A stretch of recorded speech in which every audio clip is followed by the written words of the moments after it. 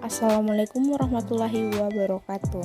Perkenalkan, nama saya Muflihat Tendriawaru dengan NIM 21040950214, kelas 21B, mahasiswi Universitas Negeri Makassar, Fakultas Ilmu Pendidikan, jurusan Pendidikan Guru, Pendidikan Anak Usia Dini.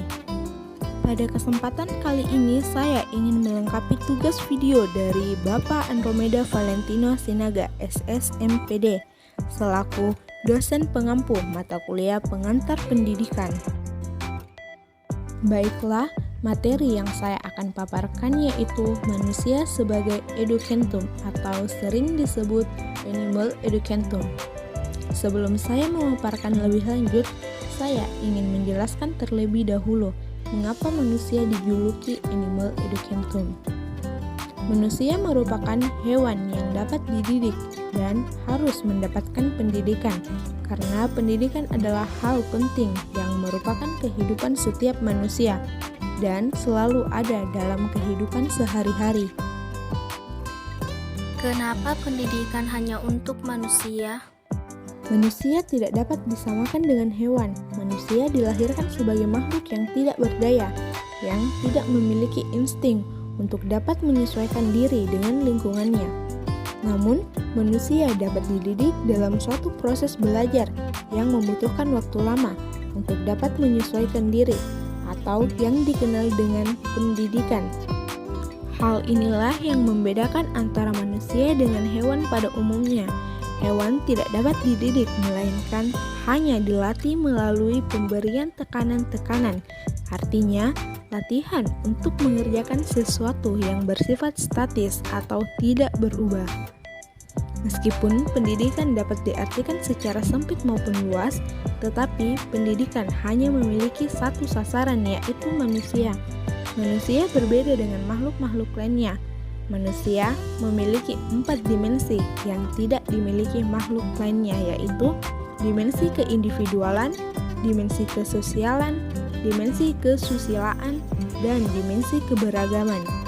Manusia adalah subjek utama dari pendidikan, yaitu individu yang berperan sebagai pelaku langsung untuk melakukan pengalaman belajar dalam lingkungannya.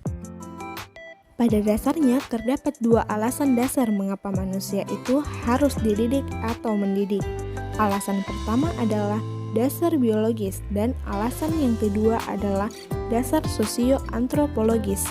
Dasar biologis mengemukakan bahwa manusia lahir dengan kondisi yang tidak dilengkapi dengan insting sempurna untuk menyesuaikan diri terhadap lingkungannya.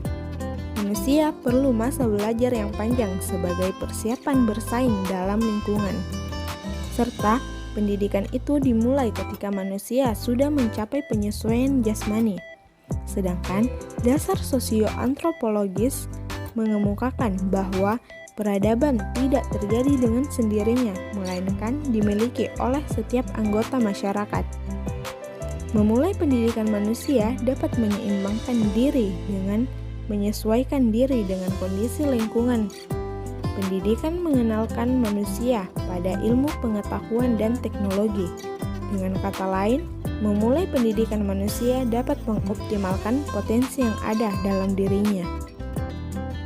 Mengapa perlu memahami hakikat manusia? Hakikat manusia yang memiliki kemampuan sebagai pendidikan bukanlah bermakna bahwa setiap orang dapat dan harus menjadi guru secara formal. Akan tetapi, manusia mempunyai tugas untuk menyampaikan kebaikan kepada sekitarnya dengan segala sarana yang telah dipersiapkan sedemikian rupa.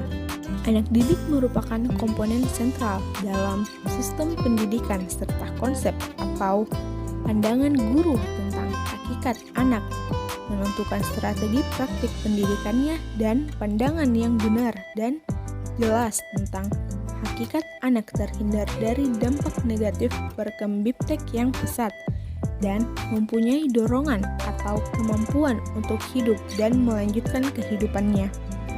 Educantum merupakan salah satu kesatuan organisasi biologis yang tersusun sedemikian rupa sehingga dapat memenuhi kebutuhan organisme secara keseluruhan, termasuk pada organisme spesiesnya.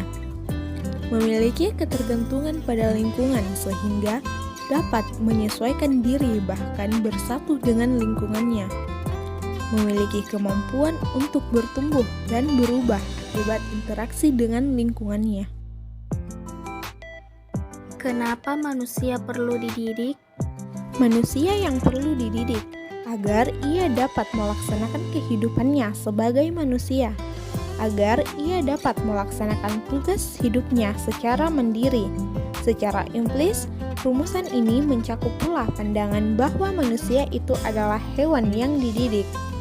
Pendidikan diartikan sebagai suatu kegiatan yang khas, kegiatan yang istimewa.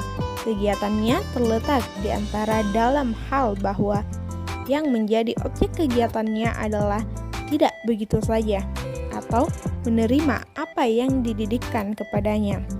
Suatu kegiatan yang keberhasilannya tercapai tidak semata-mata karena kegiatan itu sendiri, melainkan dengan kerjasama antara pendidikan dengan objek yang dididik.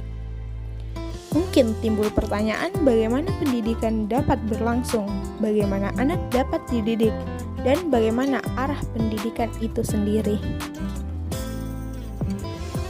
Adapun perilaku manusia. Manusia memiliki kemampuan untuk menguasai hawa nafsunya. Manusia memiliki kesadaran intelektual dan seni. Manusia dapat mengembangkan pengetahuan dan teknologi menjadikan ia berbudaya. Manusia memiliki kesadaran diri, sadar akan sifat-sifat yang ada pada dirinya, atau dapat introspeksi. Manusia adalah makhluk sosial yang berorganisasi dan bernegara. Manusia memiliki bahasa simbolis baik secara tulisan maupun secara lisan.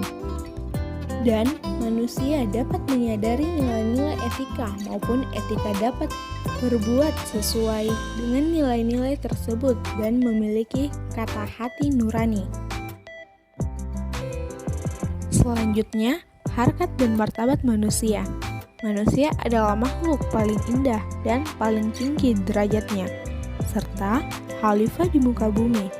Dan pengembangan seorang individu adalah pengembangan manusia utuh atau monodualisme dan monopluralisme, serta pengembangan dimensi manusia.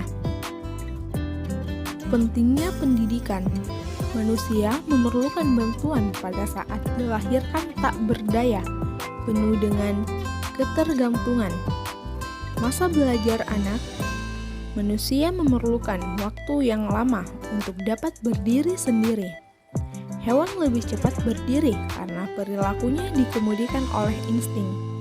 Insting merupakan kemampuan psikofisis yang diturunkan atau pembawaan. Adapun sifat-sifat insting mampu berbuat sesuatu yang tersedia tanpa belajar terlebih dahulu. Dan perbuatan itu sifatnya psikofisik, melibatkan aspek jasmani dan kejiwaan yang paralel.